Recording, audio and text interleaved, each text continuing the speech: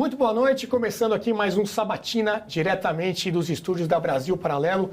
Esse que é o nosso encontro semanal, todas as segundas-feiras, às 20 horas. Estamos aqui recebendo personalidades que contribuem para o debate público para falar dos principais acontecimentos da atualidade.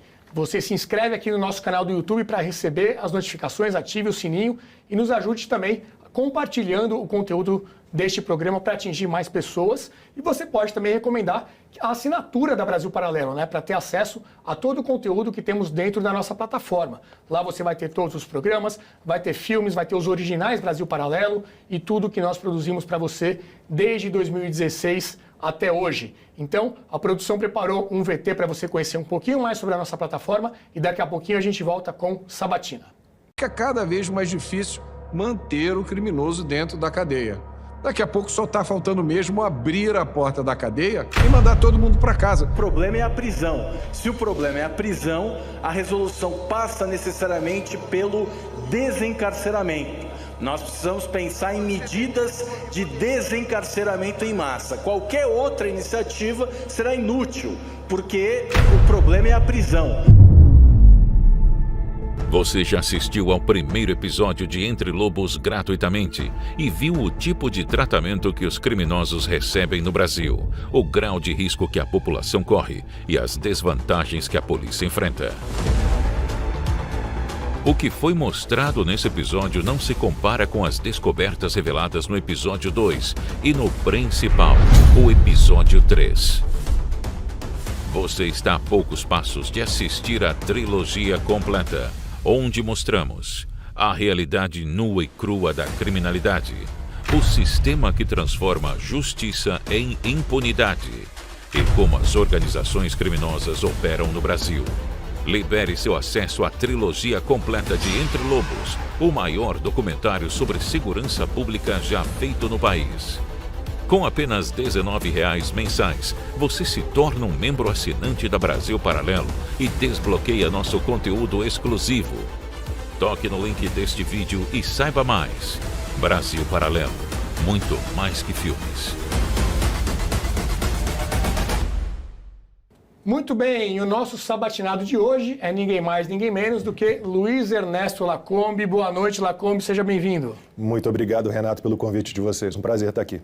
O Lacombe, que tem aí mais de 35 anos de carreira no jornalismo, já passou por grandes veículos, Globo, Bandeirantes, Rede TV, está na Gazeta do Povo também e autor de livro, né, Lacombe? Cartas de Elise. Quatro livros, na verdade. Tem um que eu lancei quando morava em Florianópolis, no período que passei lá, uma homenagem à ilha de Santa Catarina, né, onde fica a maior parte de Florianópolis. Tenho 2 livros infantis, inclusive um best-seller infantil, E aí Bicho. Tem um outro manual poético dos esportes olímpicos, que também é um livro infantil, e o Cartas de Elise, que é meu último, que eu relancei agora há pouco tempo pela LVM. Muito bom. Hoje aqui com a gente, compondo essa mesa de entrevistadores, Diego Rosa. Boa noite, Diego. Boa noite, Renato. Prazer estar aqui. Rafael Pontes, tudo bom, Rafa? Boa noite, Renato. Boa noite a toda a audiência. É um prazer. E Flávio Barreto. Boa noite, Renato. Prazer estar aqui novamente. Muito bem. Lacombe, primeiro assunto para a gente tratar aqui hoje. Você, com toda essa carreira, toda essa trajetória, né, é uma pessoa muito, digamos, com propriedade para falar sobre imprensa. E você comenta muito sobre isso nos seus textos, nas suas análises. Como é que você tem acompanhado esse movimento dos últimos anos da grande mídia, desses grandes canais, até muitos dos quais você passou por lá, na cobertura jornalística, principalmente em relação à política, né? A gente tinha, há não muito tempo atrás, uma certa imparcialidade, um tratamento mais, digamos, imparcial e justo dos acontecimentos. Como é que você vê o que está acontecendo hoje e por que você acha que a imprensa atua da maneira que atua hoje em dia? Eu vejo com uma tristeza enorme, né? Um corte profundo no coração, porque, você me citou, trabalhei 25 anos na Rede Globo. Nunca percebi nesses 25 anos, ainda que eu tenha passado a maior parte desse tempo no esporte, ligado ao jornalismo esportivo, 14 anos, eu não me lembro de ter visto um movimento militante político tão grande lá dentro. Em momento nenhum eu vi. A gente sempre trabalhou imaginando que aquilo ali era um veículo de comunicação que levava em consideração os fatos, o mundo real, né, o tempo vivido, as experiências, né, as que deram certo, as que deram errado, e não que a gente fosse, em algum momento, desvirtuar tudo isso e se entregar a uma militância. O que aconteceu com a imprensa é que ela passou, a imprensa de um modo geral, a velha imprensa, ela passou a atuar como um partido político derrotado nas eleições. Ela criou uma animosidade com o Jair Bolsonaro desde o momento em que ele surge como candidato e durante todo o mandato dele. Então, abdicou completamente do mundo real, abdicou completamente dos fatos para se entregar a uma batalha, uma guerra contra o chefe do poder executivo. O motivo disso é ideologia, é mercado, é dinheiro? Onde é que você vê a origem dessa atuação tão militante? Eu acho que o principal provavelmente é uma questão financeira, Porque você teve, se você for olhar os números, eu não tenho de cabeça, mas se você for olhar os números do dinheiro que o PT, que os governos do PT colocou, que os governos colocaram nos veículos de imprensa, é muito dinheiro, é em bilhões, Eu me lembro que o número da Globo no governo Bolsonaro é 150 milhões de reais, está nessa ordem de grandeza. Nunca chegou nem a 1 bilhão e com o PT era um volume muito maior. Agora, há também uma tentativa de se entregar a uma agenda 2030, uma agenda woke. O William Vac fez uma vez uma análise interessante sobre como a Globo, em determinado momento, ela passou a privilegiar essas agendas identitárias, esse discurso ambientalista, identitários, e feminismo, e racismo e tudo isso. Ele acha que foi um movimento numa tentativa de trazer para a Globo um público que naturalmente estava se desgarrando de televisão, que era o público mais jovem, e que talvez eles tenham errado na mão. Vamos agradar um pouquinho a esse pessoal que está aqui, com esses discursinhos todos progressistas deles, e talvez tenham passado do limite e se concentrado e mergulhado de cabeça nisso. Então você tem essas duas vertentes. Você tem uma questão financeira, que eu acho que é a principal, e aí posso falar mais à frente do que eu passei agora depois das eleições, E tem este movimento também de atender a algo que eles consideravam uma demanda de um público que era um público que estava sendo perdido pela televisão, porque meus filhos estão aí com 25, 22 anos, eles nunca viram televisão. Viram, talvez, muito pequenos ali, algumas coisas, mas há muito tempo eles largaram a televisão, não assistem à televisão mais. Então tem esses dois movimentos, a questão financeira e a questão de vamos olhar para esse público e aí ultrapassa os limites e mergulha de cabeça numa agenda que, na minha opinião, é completamente furada. Certo. Lacombe, nós vemos agora, recentemente, um certo malabarismo da imprensa, de modo geral, ao tratar das notícias referentes ao atual governo. Então nós temos, por exemplo, manchetes onde dizem o desemprego é alto, mas é baixo. O famoso orçamento secreto, não se sabe por quê, se tornou emendas de relator. Tu trouxe que, na tua experiência de jornalista, tu não enxergava esse movimento, tu não enxergava esse viés ideológico. Mas para ti, quando que isso começou? Para mim, como profissional de jornalismo, bom, eu saí da Globo, então meus últimos 14 anos de Globo foram esporte. Eu não me envolvia com política. Eu sempre fui um ser político, porque vim de uma família que lidava com isso, uma família de educadores, de intelectuais. Meu pai era um grande executivo, então eu sempre tive uma visão de um mundo corporativo formada pelo meu pai, que era um liberal, com uma influência muito grande do meu avô materno, que era um imortal da Academia Brasileira de Letras, era um grande pensador, um intelectual católico, então tenho esse viés conservador, sem saber exatamente, na época, pequeno, o que significavam os termos liberalismo, conservadorismo, mas eu tive essas duas influências. Então, a minha vida inteira em televisão, até eu sair da Globo em 2017, confesso a vocês que eu fiz pautas políticas no início da minha carreira, fiz. Mas eu não tinha muito, não era a minha matéria-prima principal. Eu fui muito tempo repórter, basicamente, de pautas de segurança pública, porque comecei minha carreira nos anos 80 no Rio, então você tinha índices de violência absurdos, o Brizola era o governador, então você tinha aqueles feudos se criando ali nos morros do Rio, o tráfico de drogas ganhando força, então eu fui um repórter muito voltado para esse tipo de pauta, sequestro, operação policial em favela, assalto a banco, fiz de tudo nessa área de segurança pública. Depois fiz muito tempo pautas culturais, depois fui para o esporte, então quando eu saio em 2017, vou fazer reality show na Band, eu não estava muito envolvido com isso.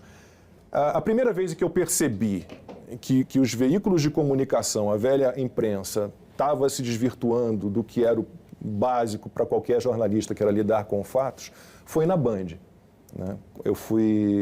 Comecei a fazer na Band o Aqui na Band, não sei se vocês lembram disso, em abril de 2019. Recente. Abril de 2019. Era um programa pensado para ser um programa de variedades, né? Programa que tinha comentaristas de moda, de saúde, direito do consumidor, direito da mulher, tinha uma revista eletrônica. Era como o Hoje em Dia da Record. O Aqui na Band foi pensado, né, e implementado pelo Vildomar Batista, que era o diretor, né, e ele tinha sido o diretor do Hoje em Dia e ele tentou usar a mesma fórmula no Aqui na Band. Né?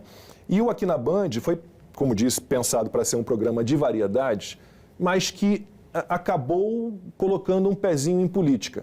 Porque o Vildomar nos incentivava, a Silvia Popovic e eu que fazíamos. Logo no início a gente abria com um telejornal, a gente vinha de um telejornal, então abria com um bloco de notícias. E o Vildomar ficava no ponto incentivando, né, o tempo inteiro para que a gente fizesse comentários de algumas reportagens. Faz comentários sobre isso. Então ali eu comecei a ter vídeos que viralizaram, e 3 milhões, e 5 milhões, e passei a ganhar um mundo de seguidores nas redes sociais. Então aquele momento ali foi por isso. Porque o Vildomar era um cara que achou que poderia dar certo. E tinha um contraponto entre você e a Silvia? Sim, total. A Silvia, digamos, não sei se ela vai ficar satisfeita, mas ela é, digamos, uma social-democrata, e eu tenho esse meu lado liberal, conservador, né? Eu estou ligado mais ao liberalismo, ao conservadorismo, e a gente tinha as nossas discordâncias, que também viralizaram muito, né? Foi algo incontrolável. Me lembro que eu ganhava 300 mil seguidores num dia no Instagram, com um vídeo meu, uma polêmica minha com Silvia no programa, naquele dia me gerava 300 mil, 400 mil seguidores. Era uma loucura total. E aí veio a pandemia, Rafael, e a gente perdeu, claro, os anunciantes desapareceram, os call centers fecharam. Então você tem aquele mundo de merchandising num programa, ligue, não sei o que, de repente não tem mais ninguém no call center para atender. Então seus anunciantes, de alguma forma, né, vazam, saem de cena. A receita diminui. E aí a gente começou a reduzir a equipe. Então perdemos a capacidade de produção de VTs. A equipe foi muito reduzida. A Silvia Popovic, inclusive, foi desligada da Band nessa época.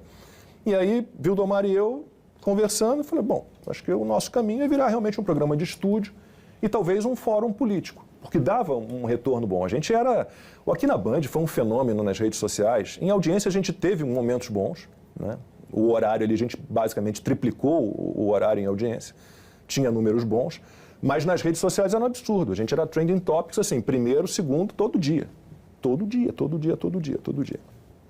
E aí, Vildomar e eu falamos, bom, vamos transformar o programa num fórum político, num fórum de debate. O primeiro debate sobre pandemia, sobre Covid, coronavírus, foi no Aqui na Band. Dr. Anthony Wong, um saudoso Dr. Anthony Wong, contra o Marcelo Otsuka.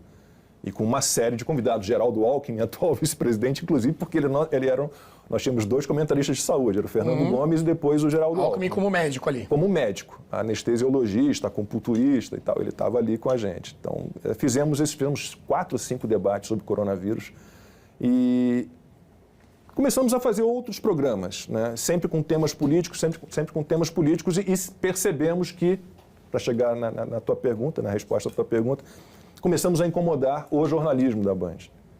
A gente fez um programa sobre a facada que o então candidato Bolsonaro levou. Né? E colocaram matar, já não tenho nada com isso, quem mandou matar Bolsonaro. E aquilo irritou o jornalismo. Até que nós tivemos um programa sobre conservadorismo, esse foi uma ideia minha, e que nós levamos o Alan dos Santos. Isso também gerou um incômodo no jornalismo. Então, naquele momento ali, eu percebi que algo estava errado. Né? Eu nunca me considerei um bolsonarista, né? Absolutamente. Fiz críticas quando eu achei que as críticas eram cabíveis, mas percebi que havia um desequilíbrio absoluto ali no jornalismo da Band em relação ao que a gente estava vivendo no país. Nesse momento, a coisa ficou difícil. Teve o episódio da Greta também, né? O da Greta foi logo no início. Teve vários. Teve o da Greta, teve da Ágata. O da Greta foi assim, é o que eu digo, nada foi planejado neste meu caminho de um repórter de segurança pública, de cultura, de esporte, para um jornalista de política. A gente vinha de um programa que a Marina Machado, que apresenta o Sem Censura, fazia. E ela fazia uma chamada, a gente fazia uma chamada dentro do jornal dela. E a Marina sempre passava para a gente, com improvisos, sempre citando a última reportagem que ela tinha exibido. E, por coincidência, Silvio e eu ali prontos para fazermos a entrada no programa da Marina, e a Greta tinha feito na véspera o discurso dela na ONU, numa dessas conferências do clima da ONU, né? Bom, e quando ela começou, olha, Lacombe, eu estou aqui emocionada, com o coração palpitando. Eu adoro a Marina Machado, tá? Mas a Greta não. E que emocionante essa menina, uma adolescente. E aí eu, naquela hora, ali, naquele segundo, o que eu vou dizer, meu Deus, o que eu vou dizer? Eu não sei não ser sincero. Falei, Marina, eu não compro essa menina. Eu não compro. Ela virou um meme, né? A cara dela de boca aberta. Então, teve vários. O da Ágata, lembra dessa menina que morreu? Porque a imprensa tem esse viés. Assim, acontece alguma coisa, a culpa é da polícia. A culpada é a polícia. A instituição é ruim. Então, relembra o caso, para quem não lembra. A Ágata, ela foi morta por um tiro disparado por um policial. Naquele momento, ninguém tinha certeza se quem tinha disparado o tiro teria sido um policial ou um traficante, ou um bandido da área. Mas a imprensa já tinha decidido que o tiro tinha sido disparado pelo policial, o que foi confirmado depois. E eu só pedi a Silvia, porque essa polícia que mata, essa polícia que atira na cabeça. Eu falei, Silvia, se foi um policial que atirou, isso vai ser descoberto mais tarde. Nós não somos peritos, nós não somos investigadores da polícia. O que a gente tem que entender é que essa população que mora em comunidade, né, em favela, ela não é refém da polícia, ela é refém dos traficantes. Então, a morte da Ágata, mesmo que tenha sido provocada por um tiro disparado por um policial, que ele responda por isso, de alguma forma, a culpa é dos usuários de droga, dos traficantes de droga. Né? Não é culpa deste policial que cometeu um erro. Óbvio, a gente não quer que a polícia erre. Mas o trabalho deles, como qualquer profissão, envolve erro. Né? Tem que ser minimizado? Tem. Ele tem que pagar pelo erro se ele errou? Tem. Agora, você sair acusando de imediato, então a gente teve várias, viralizou um monte, a Greta, a Ágata, teve um monte. Lacombe, você começou a sua carreira numa época em que o principal produto da mídia era a informação, né? Pré-internet, redes sociais. A partir de um certo momento, houve uma transição e essa informação passou a ser uma commodity 100% disponível a qualquer momento para as pessoas. Como você avalia a mudança da mídia nessa transição? E também existe um outro ponto que é você se declara um jornalista posicionado. E qual a diferença entre um jornalista posicionado e um jornalista militante? O jornalista posicionado, ele demonstra ele tem que demonstrar por que ele tomou esta posição e por que ele resolveu seguir este caminho. Eu gosto do modelo americano de jornalismo, que tem vindo para o Brasil de alguma forma, em que o jornal se apresenta politicamente. Nossas ideias são essas. Só que eu acho estranho que você tenha, por exemplo, um veículo de comunicação ligado a um pensamento socialista, comunista, esquerdista, progressista, quando você vê que tudo que essas pessoas defendem, para pegar só a parte econômica, por exemplo, qual é o modelo econômico socialista que funcionou no mundo até hoje? Pega aí a história inteira, desde que surgiu esse pensamento. Nenhum. Então, eu acho o seguinte, eu acho que o jornalista deve apresentar, né, o seu pensamento político, as suas ideologias, o que o move, mas ele não pode estar descolado do mundo real. Meu Deus, como é que eu vou ser um jornalista e dizer que comunismo e socialismo são as melhores, né, ideologias do mundo, melhores regimes do mundo, se as experiências que nós temos todas comprovam que nunca funcionaram, que nunca deram certo, né? Quanto à questão da informação, primeiro eu acho o seguinte, o jornalismo ele precisa voltar a entender que a estrela será sempre a informação, a notícia, nunca o jornalista. Não consigo entender um jornalismo que caminhou mais para o entretenimento, em que resolveu transformar o jornalista num personagem das reportagens, um fator determinante, de alguma forma envolvido com as histórias. Eu discordo completamente desse tipo de pensamento. Acho que a informação é o principal, eu gosto de ser discreto, eu não gosto de ser personagem das minhas matérias, eu acho que isso não cabe a um jornalista. A gente tinha, no jornalismo, antigamente, antes das grandes tecnologias surgirem, da tecnologia avançar e tal, você tinha a verdade estabelecida em 2 momentos. No meu dia, por exemplo, eu sou carioca. Então, eu tinha a verdade estabelecida quando eu pegava o jornal de manhã na porta de casa, o Globo, que era o jornal que a gente lia de segunda a segunda lá no Rio, e o Jornal do Brasil aos domingos. Então, na hora que eu pegava o jornal de manhã, a verdade estava estabelecida ali no Globo de manhã, e depois, à noite, no Jornal Nacional. Então, eles tinham o monopólio da informação. Eles eram os donos da verdade. E a gente confiava neles. Quando surge a internet, isso muda. E há um incômodo enorme da velha imprensa, da velha mídia em relação às novas mídias. Outro dia você teve uma declaração desastrosa do Arthur Lira, e não é um pensamento só dele, é um pensamento de muita gente, né? Dizendo que o jornalismo profissional é um mecanismo de combate à desinformação, como se o jornalismo profissional não cometesse fake news, não dissesse mentiras e não se perdesse, não se equivocasse, não cometesse erros. Agora, essa ferramenta libertadora que a gente teria com a internet, com redes sociais, a partir do momento que as próprias redes sociais se autorregulam e censuram, essa ferramenta, de certa forma, ela está também partida, né? Ela está quebradiça. Para ti, como se informar hoje, então? Porque tem uma frase que a gente costuma dizer que numa guerra, a primeira vítima é a verdade. Essa frase é até famosa. E numa guerra de narrativas, é pior ainda, acredito eu. E aí, de um lado, nós temos os veículos de comunicação e a grande imprensa, e do outro nós temos as mídias e as redes sociais. E até o próprio indivíduo como um veículo de comunicação. Hoje em dia, as pessoas com celular, elas apertam um play ali no vídeo, começam a gravar e fazem um registro daquele acontecimento, e aquilo viraliza nas redes sociais de alguma forma. Nesse cenário, onde nós temos, de um lado, a mídia tradicional e, no outro, as pessoas produzindo conteúdos, né? E as próprias redes sociais, como se informar, no fim das contas? Acho que as pessoas precisam se formar para se informar. Então, elas precisam entender, né, que elas não vão ter um tutor, ou não vão ter alguém que vai pegar na mão dela e dizer, olha, isso aqui é bom, isso aqui é ruim. Eu acho que tem que ser da experiência de cada um. Então, eu depuro as minhas... Eu sou obrigado, como profissional, eu sou obrigado, todo dia eu leio 3 jornais. Então, eu leio a Folha de São Paulo, eu leio o Estado de São Paulo, eu leio o Globo. Eu leio a primeira página inteira e ali vou caminhando, não é aquela leitura de linha a linha, né? Até porque não teria tempo, mas com um olhar crítico bem forte. Leio a Gazeta do Povo praticamente de ponto, assim, do início ao fim, né? Os assuntos mais ligados ao Paraná realmente não leio, mas o resto, os colunistas são ótimos. Então, acho que cada pessoa vai ter que entender, né, quais são as fontes dignas, fidedignas, as fontes confiáveis de informação. Não acho que a gente precise de censores e tutores para ficarem determinando esse cara aqui mente, esse cara aqui diz a verdade.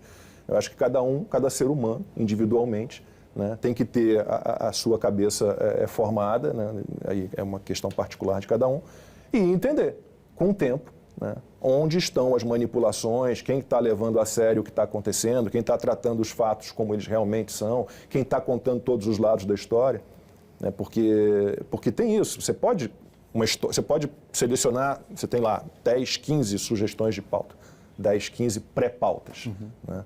Você vai selecionar 5 pautas. Quais são os critérios que você vai usar? Isso é muito subjetivo, isso é muito de cada um, isso é muito do que cada um pretende, né? E além dessa escolha, você tem um outro momento sensível, de que maneira eu vou contar essa história. Agora, você não pode abdicar, não pode abrir mão jamais de incluir todos os lados da história, né? Então, assim, você tem que ir experimentando, ir percebendo. Nesse assunto, Lacombe, isso envolve muito também a questão da liberdade de expressão, né? A questão de o que é desinformação, o que é informação e a tentativa de resolver esse problema que existe, mas a forma de enfrentá-lo varia bastante. O atual governo, desde a época de campanha, vem dizendo da necessidade, segundo eles, de regulação da mídia, censura, de criar instrumentos para combater as tais fake news. O quanto que você está acompanhando esse assunto? Existe ali um projeto PL 2630, que é o projeto das fake news, relator do Orlando Silva, do PCdoB.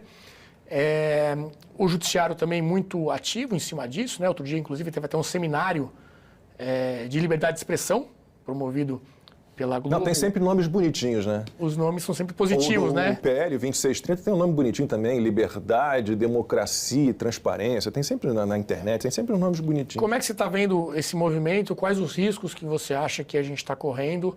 Como é que você acha que vai terminar essa história na tentativa? E o papel do Congresso também, né? Eu acho que, primeiro, é tudo inconstitucional, porque a nossa Constituição garante liberdade de expressão. Ela proíbe a censura. Proíbe todo tipo de censura, censura prévia, né? E todos esses instrumentos são instrumentos de censura. Ninguém vai me convencer de que, porque o governo é bonzinho, ele sabe o que é verdade, o que é mentira, ele vai pegar na nossa mãozinha e vai dizer, olha, isso aqui você pode receber de informação, isso aqui você não pode receber, porque isso aqui isso aqui não é bom para você. Isso não existe. É censura. Não há comunismo e socialismo com liberdade. Eu leio para o PSOL, Partido Socialismo e Liberdade. Filho, escolhe. Ou você quer socialismo ou você quer liberdade. Não dá. As duas coisas juntas você não vai ter.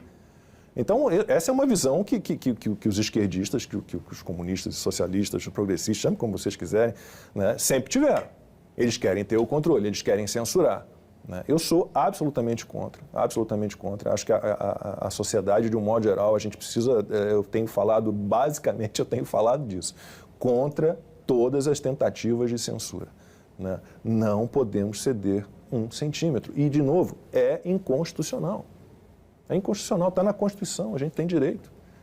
E eu não consigo entender como é que alguém pode acreditar que a censura e que prisões ilegais são instrumentos para defesa da democracia. Mas é que o argumento dele é que não é censura, né? Que é óbvio que é censura. Um controle de desinformação. Ele vai se enquadrar, ele próprio vai se enquadrar. Por exemplo, dizer que o Brasil não cresceu nada no ano passado, quando cresceu quase 3%, 2,9%. Ou dizer que o plano para matar, sequestrar o Moro, o Gaquia, que isso é uma armação do Moro. Ele vai responder por isso também? Então, não consigo entender. Não, assim, é censura e todos devem se posicionar contrariamente a isso. Eu espero, sinceramente, que o Parlamento não dê um passo nessa direção, que o Congresso não dê um passo nessa direção e que a Constituição continue valendo. Gente, já tem lei suficiente nesse país para proteger todo mundo. Tem lá calúnia, injúria, difamação. Se você se sentiu prejudicado por alguma notícia, por alguma coisa, considera falso, você tem lá os instrumentos, as formas de você pedir um ressarcimento. Não há por que a gente implementar, né, esse tipo de coisa. Isso é censura, não tem outro nome. Lacombe, ainda nesse nosso papo sobre mídia, sobre jornalismo, você ficou muitos anos no jornalismo da Globo. Eu cresci, inclusive, vendo os Como é que eu tô velho, né?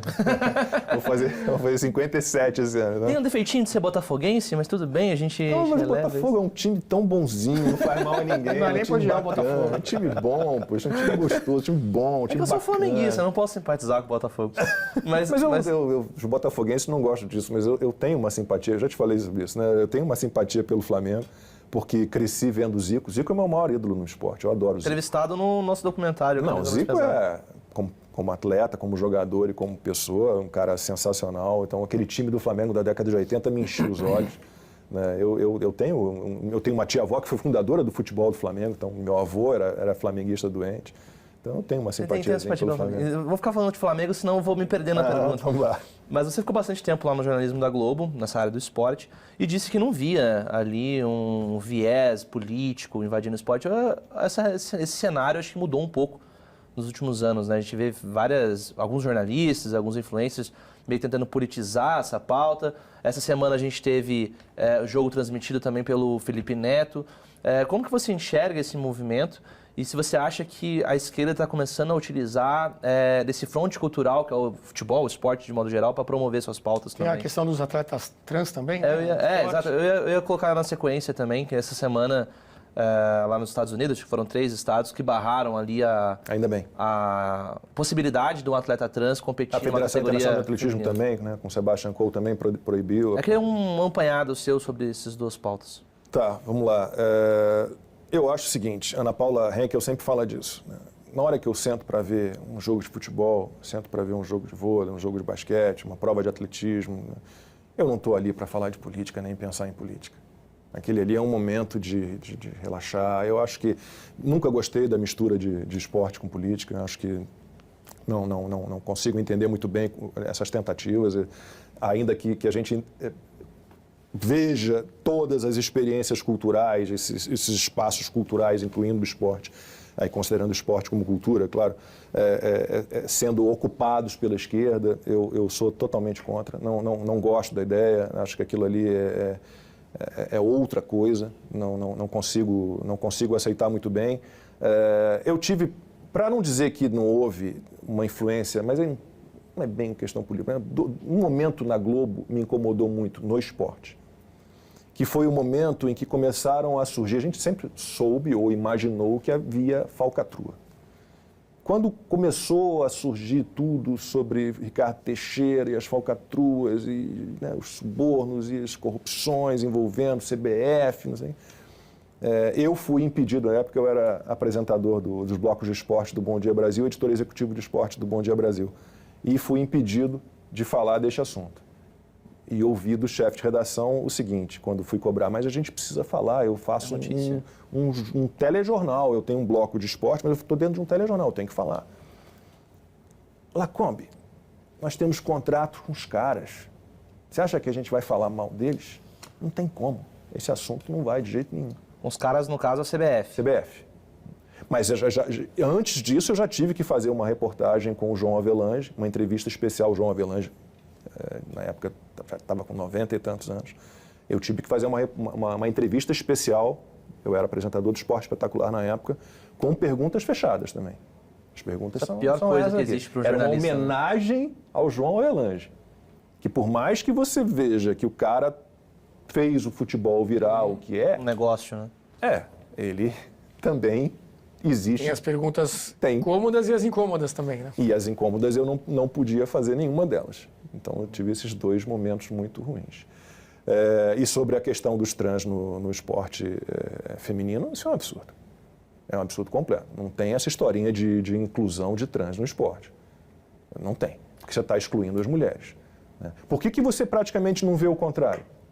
Mulheres que se tornaram homens partindo para o esporte. Porque elas não teriam chance alguma. Nenhuma. Então você não pode permitir. Não tem como. Você está excluindo as mulheres, você está tirando das mulheres a chance de vencerem. Porque como é que elas vão vencer um homem que se formou na testosterona, né, que se formou a vida inteira com uma carga de hormônio masculino enorme? Né, que por mais que eles... Eu me lembro eu fiz a cobertura das Olimpíadas do Rio 2016, lembra eu esqueci o nome dela, uma sul-africana, Semenya.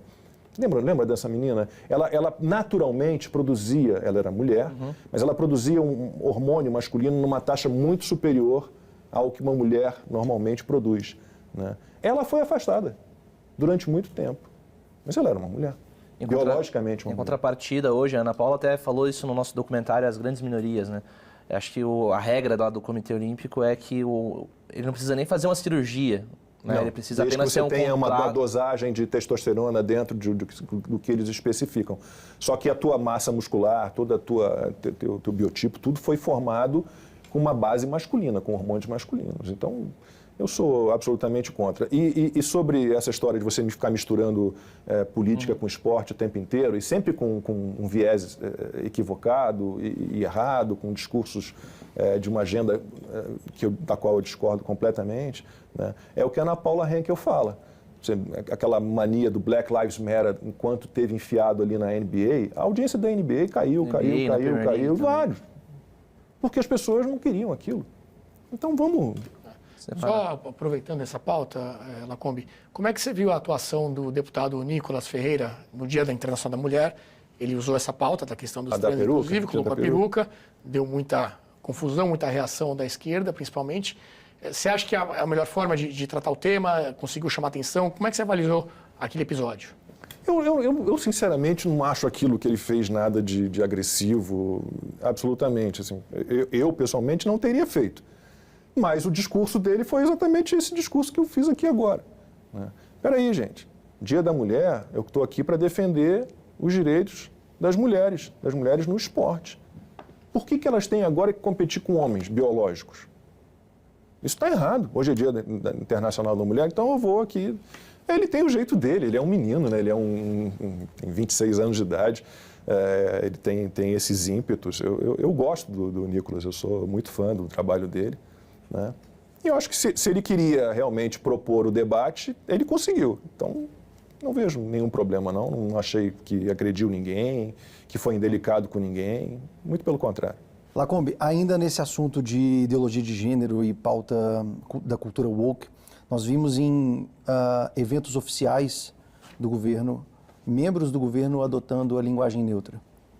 Então, o famoso bom dia a todos, todas e todes.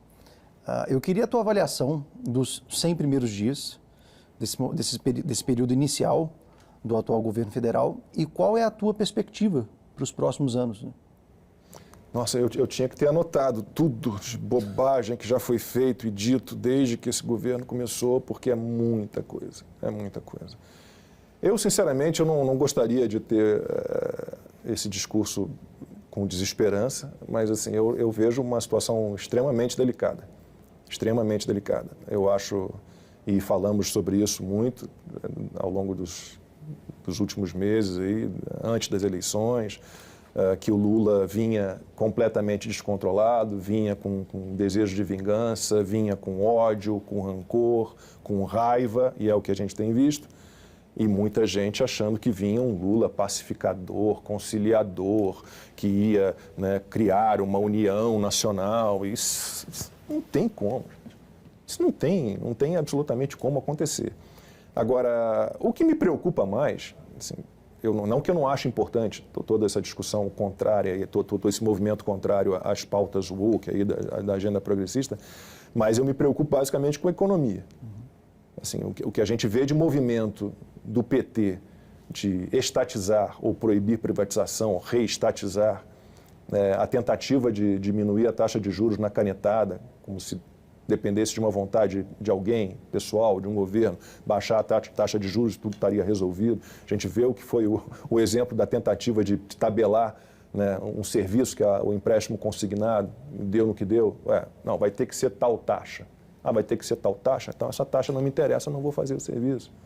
Né? Então, novos impostos criados, né, antigos impostos que voltaram a ser cobrados. Eu vejo um caminho muito ruim economicamente para a gente, muito E a atuação ruim. da imprensa nesse ponto? Porque eu cheguei a ver algumas manchetes dizendo que mais impostos seriam positivos. A reoneração parcial, para ficar um negócio muito dia, reoneração parcial dos combustíveis era o melhor para o social, o fiscal e o ambiental, né? Então, é esquizofrênico. Assim, não tem como, é contra fato. Isso não existe. Desde quando imposto é a solução? Assim, o que o PT está fazendo comigo é me empurrar quase para o libertarianismo. Assim, eu estou quase naquele discurso de que imposto é roubo e de que o Estado tem que desaparecer. Porque você não ouve um governo que começa com 37 ministérios. Se você olhar qualquer grande empresa bem-sucedida, você perguntar quantos diretores vocês têm, ninguém vai ter 37 diretorias. Ninguém vai ter. E com a historinha de que, não, são 37 ministérios, mas não vai ter aumento de gasto. Não vai ter aumento de gasto. Então, é um governo que quer aumentar a receita, a arrecadação de impostos, e tem aumentado a alíquota, criado imposto. E não fala em momento nenhum em reduzir o tamanho do Estado, em reduzir gasto público. É um governo fadado a dar em nada. Muito pelo contrário, é um governo fadado a dar um desastre total. E é para isso que, infelizmente, nós estamos caminhando. Do jeito que vai, eu estou, sinceramente, muito preocupado. E, seguindo nessa pauta econômica, né, a gente teve alguns conflitos já protagonizados, o governo atual contra o presidente do Banco Central, Campos Neto, possibilidade de revisão do marco do saneamento. Isso é um absurdo. Questão da lei das estatais, né? Então, uma série de retrocessos que a gente está olhando. Você acha que esse governo, a economia, se consolidarem essas ações que esse governo está empurrando, você acha que esse governo termina? Ou a gente vai ter uma crise econômica tão grande que... Você vai chegar um momento que você vai ter tanta inflação, tanto desemprego, que algo vai acontecer. Então, eu acho que sim, se continuar nesse nível, né, com estatização, aumento do tamanho do Estado o tempo inteiro, né, você tem aí uma série de bobagens que já foram ditas e feitas, a gente tende a pegar um caminho que vai nos levar, inevitavelmente, ao desemprego e à inflação. E aí eu acho que vai ter um despertar.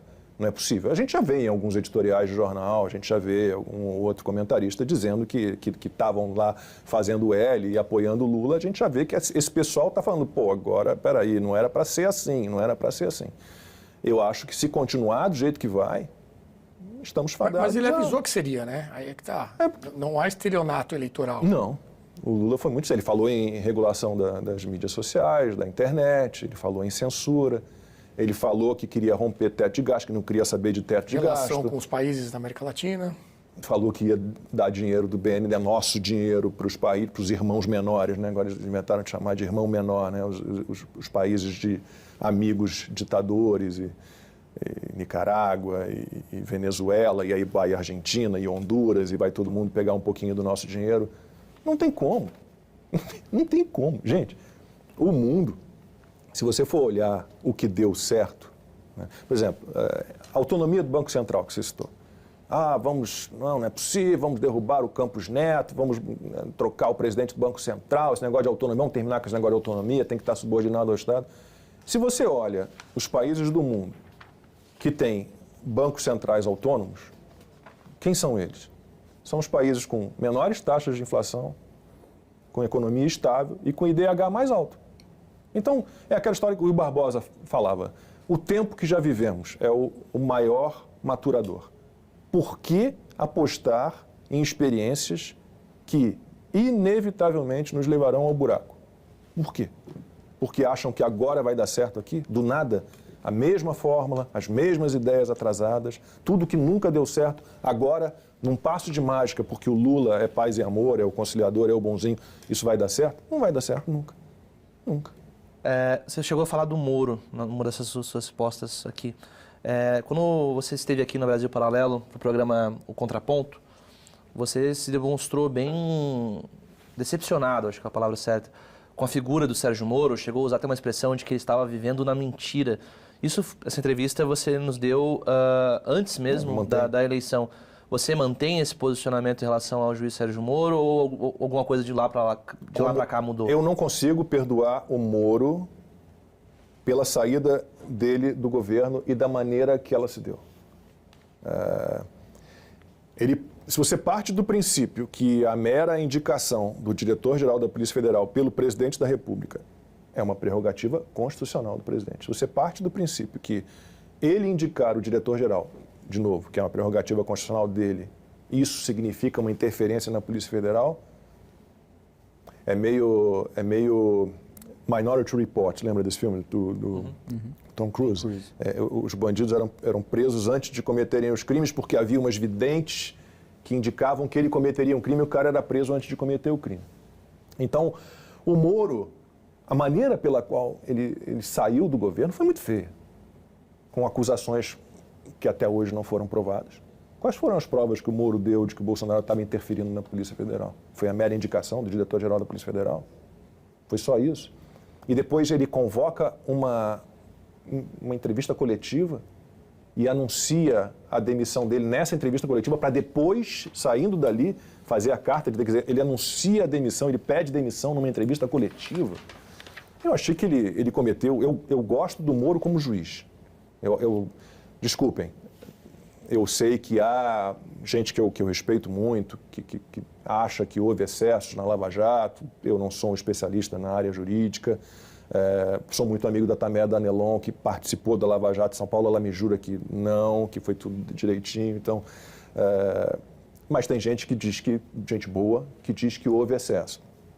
Eu gosto do trabalho do Sérgio Moro. Acho que a Lava Jato foi incrível, uma operação que nos livrou por um momento pelo menos, e achei que fosse ser uma operação redentora, que fosse nos livrar para sempre daquele estado de corrupção pesado em que a gente vivia. Eu gosto da Operação Lava Jato. Agora, o Sérgio Moro, aquela saída dele do governo foi muito triste. E ela tem ligação, se vocês lembrarem da reunião ministerial que foi gravada e depois, por ordem do STF, acabou sendo divulgada, você vai ver que naquele momento ali o Moro se sentiu incomodado, porque naquela reunião ele ouviu muito ali, né? Porque era uma época em que estava todo mundo recebendo ordem, né, para ficar trancado em casa, né? O Bolsonaro desesperado, fechar tudo, ele esperando que o ministro dele da Justiça e da Segurança Pública fizesse alguma coisa, e o Moro ali quietinho. Então, tanto que foi depois daquela reunião de 22 de abril de 2020, em que ele resolve ali chutar o balde e depois sair volta para daquela apoiar maneira. o Bolsonaro no segundo turno da eleição, né? É porque aí, eu escrevi um artigo sobre isso também.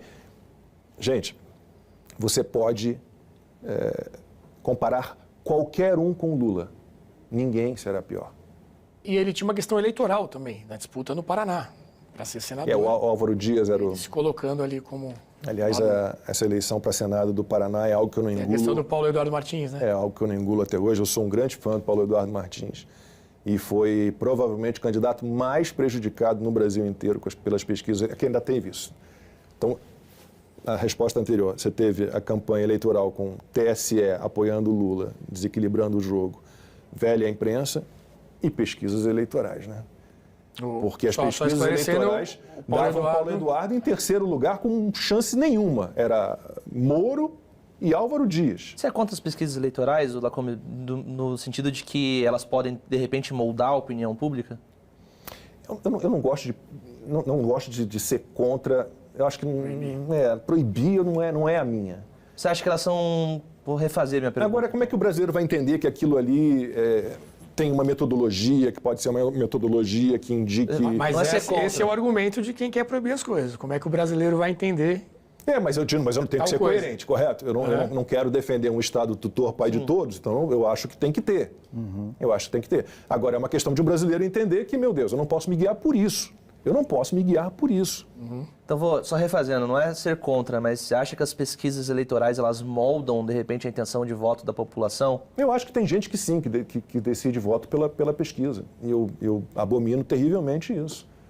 As pessoas têm que ter um mínimo de informação para decidir um voto, para definir um voto. E não vai ser por pesquisa. Não é a pesquisa que vai indicar quem vai implementar as melhores ideias, quem vai viver no mundo real, quem vai apostar nas experiências corretas. Estava mal nas pesquisas na primeira eleição dele e acabou sendo eleito, né? Acabou levando. Acho que as pesquisas, elas por si só, elas estão se desmilinguindo de alguma forma. Eu acho que nas próximas eleições elas já não terão tanto poder assim, depois de todos os erros que foram cometidos. Lacombe, ainda sobre corrupção, em 2013, 2015, nas manifestações, o gigante ele parecia ter acordado. E a pauta do combate à corrupção era, digamos, que dava liga àquelas manifestações que estavam acontecendo no país à época. Hoje, depois do último resultado das eleições, a sensação é que o gigante está de ressaca, digamos assim.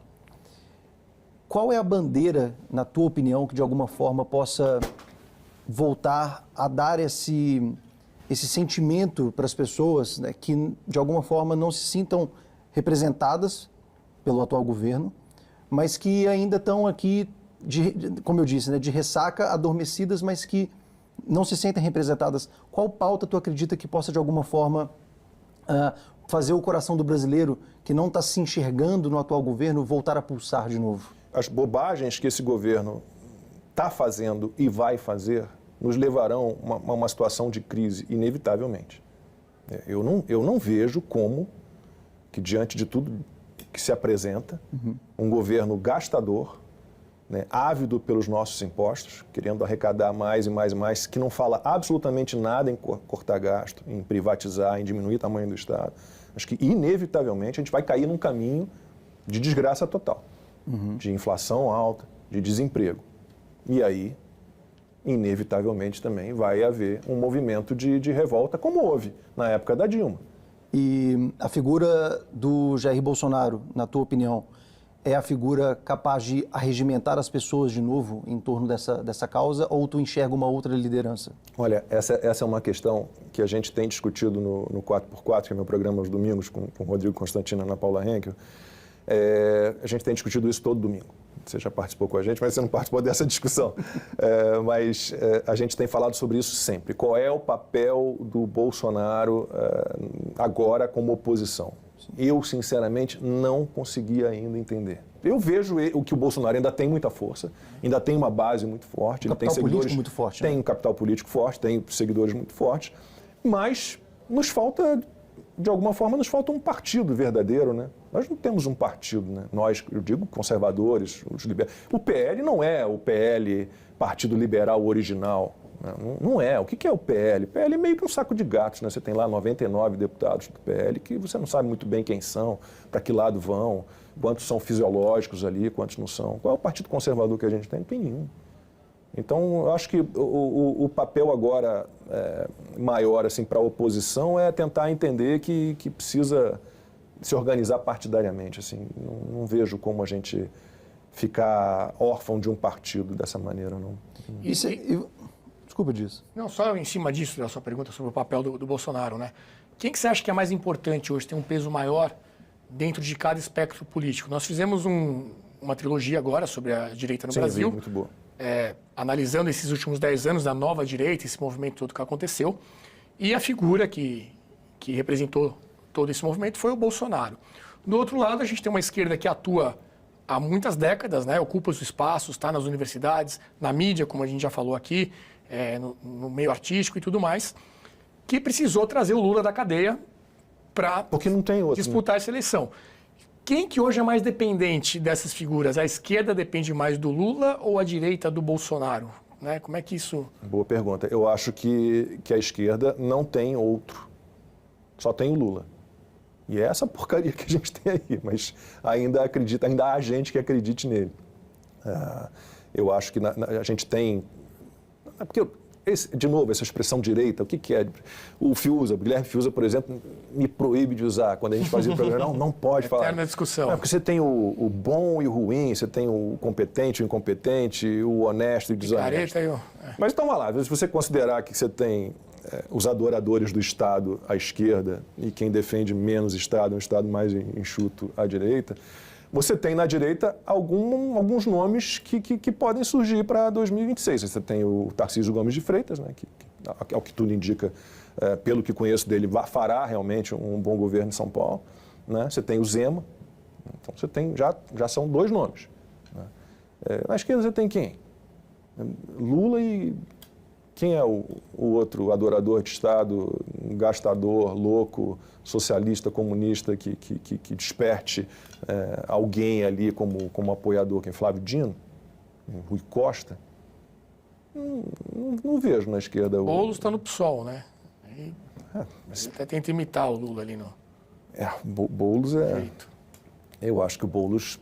Me preocupa aqui, as eleições municipais me preocupam. Mas para presidente eu acho que ele não teria essa força. Já no que seria a oposição para as eleições de 2026, eu já acho que você tem aí o Tarcísio forte, você tem o Zema forte, claro, você tem o Bolsonaro. O Bolsonaro está aí.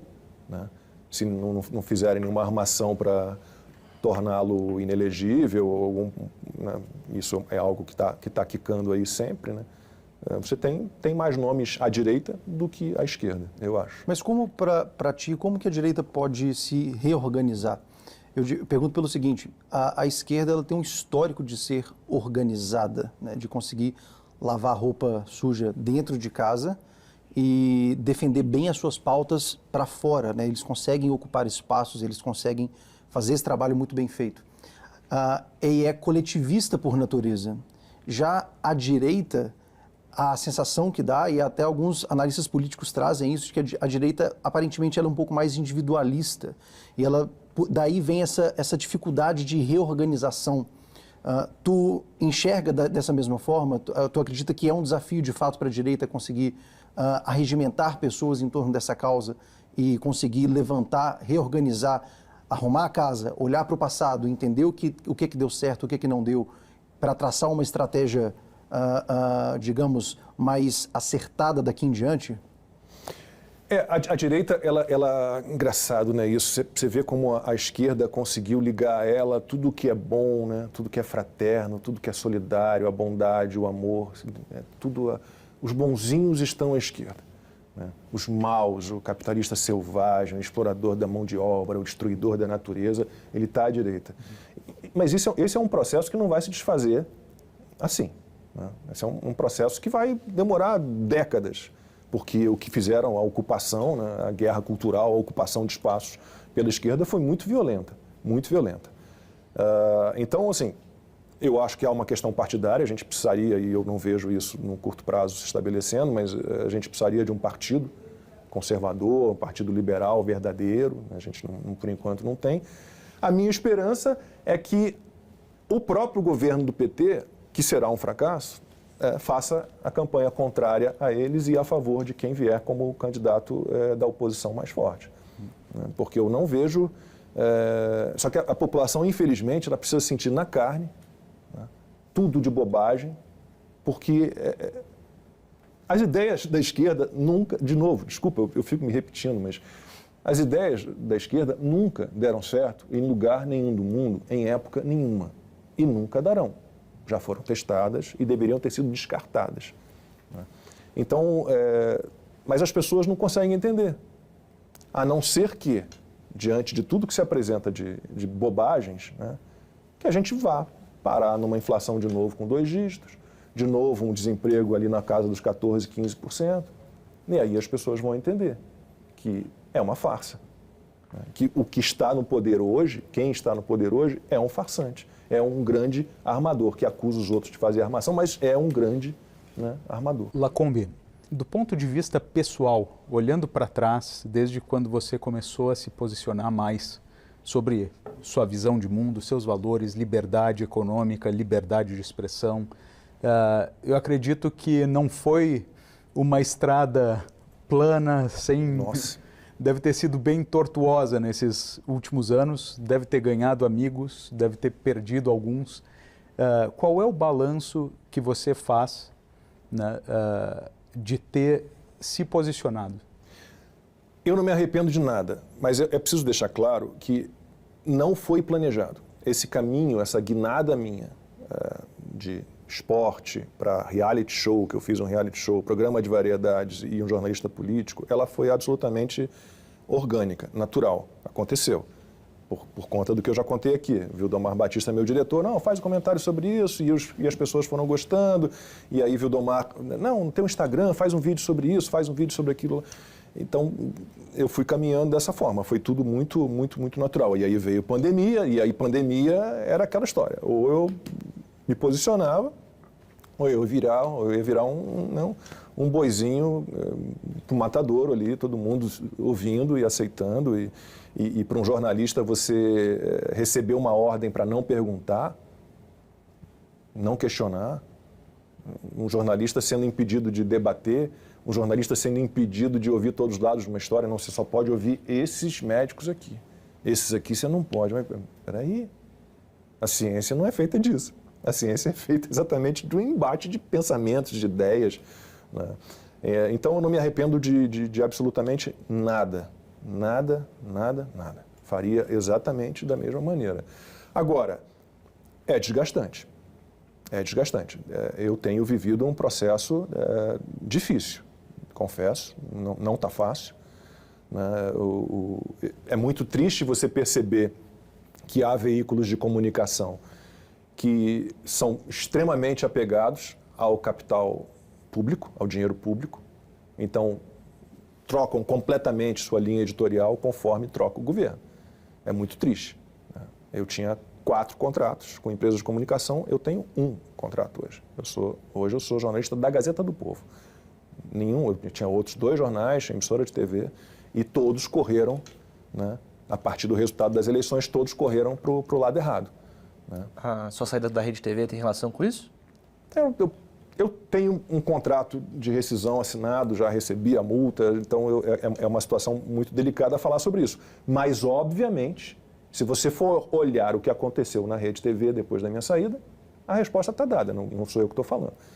10 dias depois das eleições, eu recebi o aviso de que meu contrato seria rescindido. Então, quem está na bancada que eu ocupava é uma pessoa que tem um pensamento totalmente à esquerda. E o superintendente da emissora também foi trocado. Hoje em dia você tem um ex-assessor do Lula comandando o jornalismo da Rede TV. Então, está dada a resposta. Né? Assim, correram para onde está o din-din.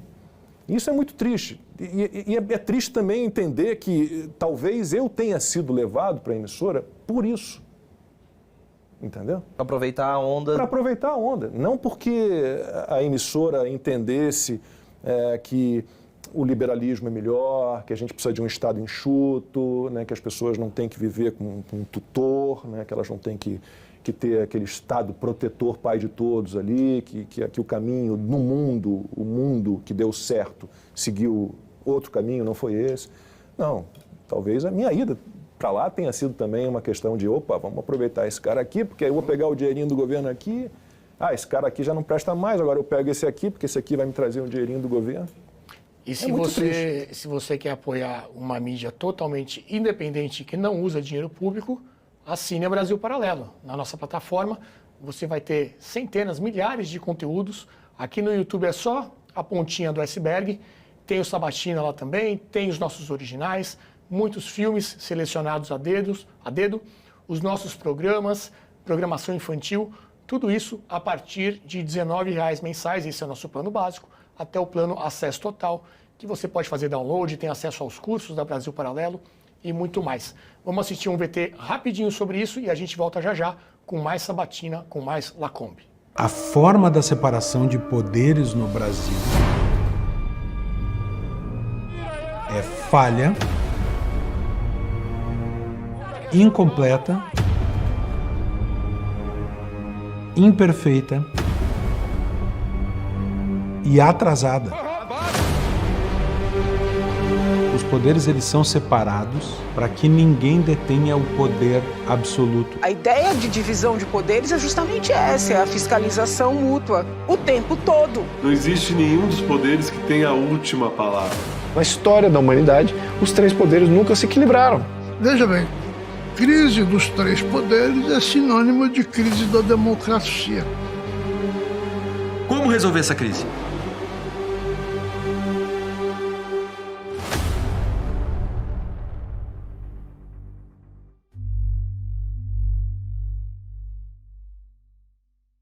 É isso aí, junte-se aos mais de 600 mil assinantes da Brasil Paralelo e faça parte desse time. Faça um voto econômico com o seu dinheiro, apoie uma mídia independente e que não usa dinheiro público. Lacombe, a gente estava falando disso da independência, né? Não tem outro caminho, Renato. Assim, para um veículo de comunicação ficar dependente... Você não acha que no longo prazo um tiro no pé é isso? Primeiro, você não vai ter liberdade nunca. Você não vai ter liberdade. Como é que um jornalista vai ficar dependendo de uma posição oficial? Se a história indica que não é bem do jeito que quem está lá em cima está dizendo. Não tem como. Eu não vejo realmente como um veículo, se fosse um dono de um veículo de comunicação, eu faria o mesmo que a Brasil Paralelo, que a Revista Oeste, que a Gazeta do Povo. Né? Não tem outro caminho. Assim, você não tem como ficar ligado à verba pública. Eles sempre vão pedir algo em troca. Ou você vai oferecer primeiro algo em troca. E nesse sentido, mais ou menos nessa linha, o Bolsonaro teve a chance de acabar, por exemplo, com a TV estatal, né? A EBC. Era uma promessa de campanha, acabou não cumprindo. Eu queria que ele tivesse cumprido. Essa semana, por exemplo, nós tivemos um programa com o Felipe Neto falando sobre ditadura. Né? Algo bem, obviamente, com o viés do atual governo. Por que você acha que ele não cumpriu essa promessa? O que você acha que aconteceu ali? Eu acho que assim, não é papel, ainda que você tenha a BBC, mas tem a BBC lá na Inglaterra, que é estatal, não é papel do Estado ter veículo de comunicação. Eu sou absolutamente contra. Eu gostaria que a EBC tivesse sido privatizada, não vejo porquê. Agora, em relação a isso, tem uma questão, outro dia eu estava conversando com os amigos e a gente tem falado sempre sobre isso. Né? Então, você teve essa guerra toda contra o Bolsonaro, e o Bolsonaro, lá no início, vocês vão lembrar disso, que o Bebiano, que era ministro do Bolsonaro, que participou toda da campanha e tal, foi um dos coordenadores de campanha, depois virou ministro, e ele recebeu um contato de um diretor da Globo de Brasília querendo bater um papo com o Bebiano e fazer uma intermediação para ter uma conversa com o Bolsonaro, e o Bolsonaro foi absolutamente contra, né? E nós, nesse meu grupo de amigos, todos jornalistas, somos da seguinte opinião: o Bolsonaro tinha que ter sentado naquele momento para conversar. E tem 2 ou 3 que dizem assim, não só tinha que ter sentado para conversar, como tinha que ter soltado um caminhão de dinheiro. Porque o que foi a guerra que fizeram contra ele? Eu não sou a favor da história do dinheiro, não. Mas sentar para conversar, sim. Né? A gente já viu, infelizmente, essas últimas eleições, por mais que a gente tenha veículos como Brasil Paralelo, Revista Oeste, Gazeta do Povo, veículos independentes, realmente livres, né? A gente percebe que ainda tem força a velha mídia. Até a penetração onde a internet não chega ainda. Eu estava olhando números essa semana passada de TV aberta, TV fechada, streaming, né? O streaming já está ali em segundo, depois da Globo. Se você botar todo mundo na planilha, o streaming está em segundo. A TV aberta ainda tem, né, muita penetração, ainda está em 100% praticamente dos lares do Brasil, né? Mas a gente vai mudar isso com o tempo. E a vantagem desse programa é que você pode assistir a qualquer momento, quando quiser, na internet, já que nosso tempo, infelizmente, acabou. Lacombe, te agradeço demais a sua presença aqui no Sabatina. Queria deixar aí o espaço aberto para uma mensagem final e para dizer para os nossos espectadores qual o futuro, né? O que você está planejando. Acho que deve ter muita gente aí curiosa para saber os próximos passos de Luiz Ernesto Lacombe. Obrigado, Lacombe. Vai depender muito do que acontecer aqui no Brasil, né? Porque eu já não sei mais o que a gente vai ter de futuro aqui, né? Eu hoje estou como colunista da Gazeta do Povo, né? Aberto sempre a parcerias, que eu gosto muito das parcerias com a Brasil Paralelo. Tenho um projeto que é um sonho, mas que está ali guardadinho e qualquer hora eu vou conseguir implementar, que é transformar o meu último livro em filme, o Cartas de Elise, que conta a história da parte judia alemã da minha família. O livro já foi escrito, né? Quando eu escrevi, já escrevi pensando num roteiro de cinema, então eu tenho esse projeto. E agora estou estabelecendo como é que eu vou lidar com as minhas redes sociais. Eu tenho um projeto no Locals, que está pronto para ser lançado, que é uma plataforma nova. Tenho um projeto para Instagram também, que é uma comunidade fechada, né, o tal do Last Link, a gente está trabalhando também nisso. Tenho o meu canal no YouTube, que está ali basicamente só rodando as minhas colunas na Gazeta do Povo, mas eu pretendo retomá-lo e fazer um formato diferente. Então, eu estou caminhando nas minhas plataformas próprias. Acho que meu tempo de televisão, depois de 35 anos, do jeito que a televisão está agora, né, muito dependente ainda, não temos um Brasil Paralelo na televisão, então muito dependente do poder oficial, do dinheiro público. Eu acho que eu já não me encaixo mais nisso, não me vejo mais em televisão, a não ser que tudo mude de uma hora para outra. Então, eu caminho assim, nos meus projetos pessoais, né? Sempre trabalhando com fatos, sempre trabalhando com a verdade, né? Nunca me deixando levar por influências negativas ou por acreditar em historinhas que contam e que absolutamente são falsas e nunca se mostraram efetivas e competentes o suficiente para nos levar a algum lugar. Então, é isso, meu caminho é esse, continuar contando as minhas histórias reais, né? Mostrando todos os lados da história e sabendo que meu papel é o papel de um comunicador. Eu não sou a estrela de nada, eu não sou o principal, é a notícia, são as histórias. Maravilha. Obrigado, Lacombe, mais uma vez. Obrigado, Diego. Agradeço. Rafael, Flávio. Obrigado a você que nos acompanhou até aqui. Como eu disse no início, inscreva-se no nosso canal, ative o sininho e envie esse conteúdo para os seus amigos, para os seus familiares, para a gente poder chegar a mais pessoas. E até semana que vem, segunda-feira, às 20 horas, com mais um Sabatina. Muito obrigado e até breve.